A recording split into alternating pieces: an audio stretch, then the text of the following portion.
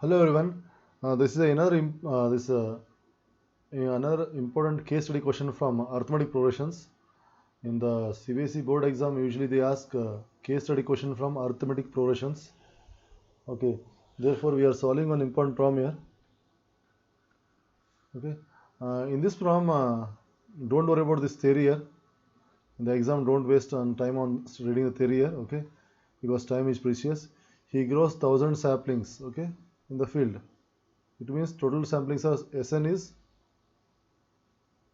1,000 here. There are 1,000 samplings are there in each row such that each succeeding row has 5 less samplings.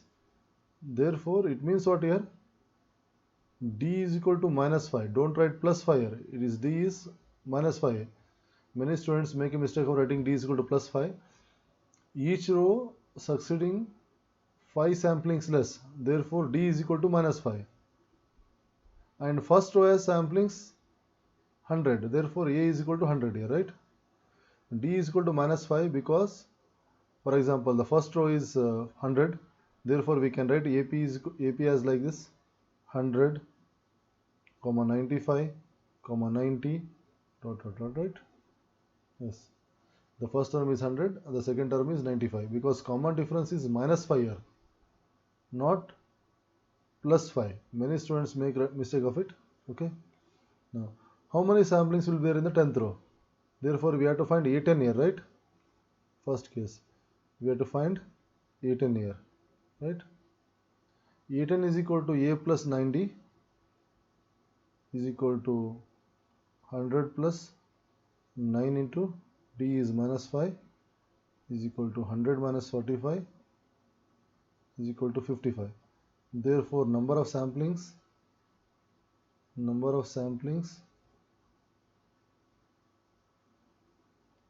a 10th row is equal to 55, right? Yes. So remember, don't find S10 here. It is A10. Number of samplings in 10th row. Therefore, it is A10, not S10, right? Next question. How many minimum rows are required to grow 1,000 samplings? Yes. So we have to find number of rows here. It means Sn is given as 1,000 here. We have to find n is equal to question mark, right? We have to find n here, right? In this question, we have to find number of rows required to grow 1,000 samplings, right? Therefore, number of rows means here n. Therefore, now Sn is equal to 1,000. We apply the formula Sn is equal to n by 2 A plus n minus 1 to D, right? 2A plus. Now Sn is 1,000 here. N by 2. N is, I don't know n here. I have to find the n here. N by 2. 2 A is 100 plus n. Number of rows I don't know again here. N minus 1. D is again minus 5. I send this to this side. It will become, anyway, I can keep n2 here also. 2 into 100 is 200. Minus 5 into n is minus 5n plus 5, right? Okay, I'll send this to this side. It will become 2000 is equal to n into 200 plus 5 is 205 minus 5n, right?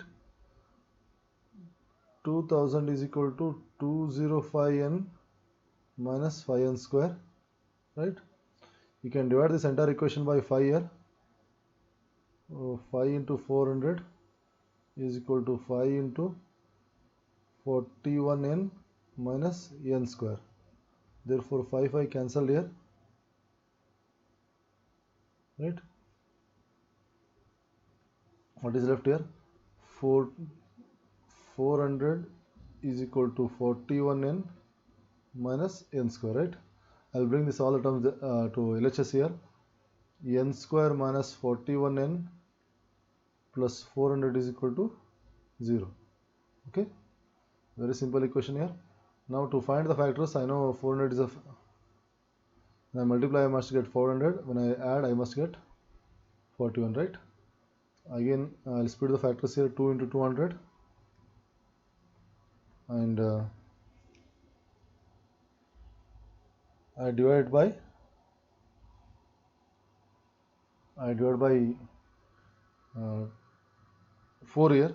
You can divide by 4, or I can divide by 8 here. If I divide by 8, I'll get, here 25, or you can divide by 2 also. If I divide by 2, you'll get 100 here, I'll get 4 here. Again I divide by 2 here, I'll get 50 here, I'll get 8 here. Okay. So if I divide by 2 here, I must multiply by 2 here, right? Now 50 minus 8 is 42. It's not possible here. There is a minus sign here, and this is plus sign here. Therefore, both the terms should be negative. Both the roots should be negative, and since multiplication is negative and addition is negative, multiplication is positive here. Therefore, both the roots should be negative here, right? Now I again divide by 2 here, 25 I'll get, again I'll get 16 here. I think 25 plus 16 is 41.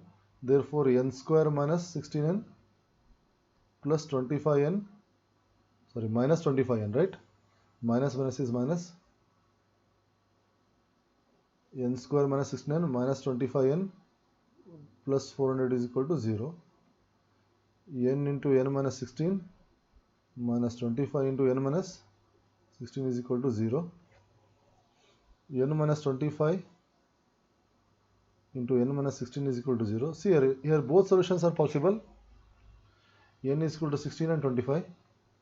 But we neglect 25 here. The reason is, when n is equal to 25, an is equal to a plus 24d, right? 100 plus 24 into minus 5, you get 100 minus 120 is equal to minus 20, right? Therefore, 25th row has negative number of samplings here. It is not possible. Therefore, we neglect this. It is when n is equal to 25, the number of samplings are negative. It can't be possible, right? Number of samplings should be always positive here. Number of samplings should be always positive here. Therefore, n is equal to 25 is not possible. Therefore, the solution is what here? The minimum number of rows required is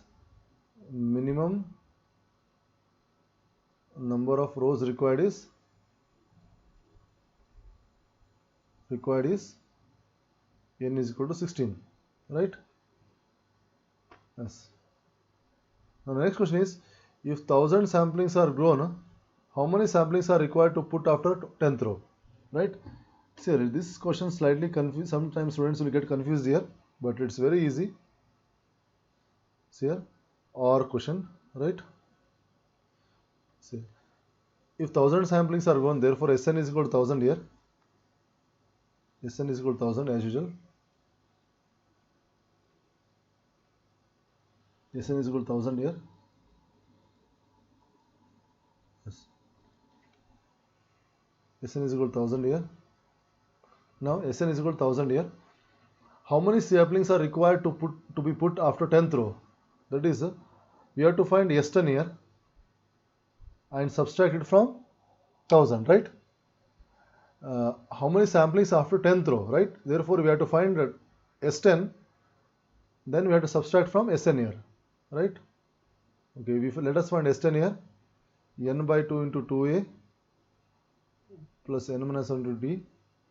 I don't want to apply the formula again here. I know you can directly write the formula here. Let us find S10 here. S10 is equal to 10 by 2, 2 into 100, 2 into 2a plus n minus 1 into 10 minus 1 into d. D is what here? D is minus 5, right? Is equal to 5 into 200. 9 minus 5 is minus 45. Is equal to 5 into 155. Is equal to 5 5 is 70, 5 5 is 25, 2 carry, 5 5 is 25, 27, 2 carry, 775, right? Now S10 is 775. Therefore, number of samplings required to be put after 10th row is equal to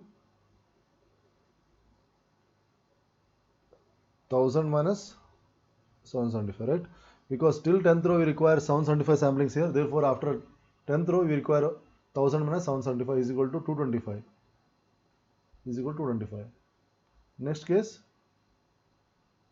third case here.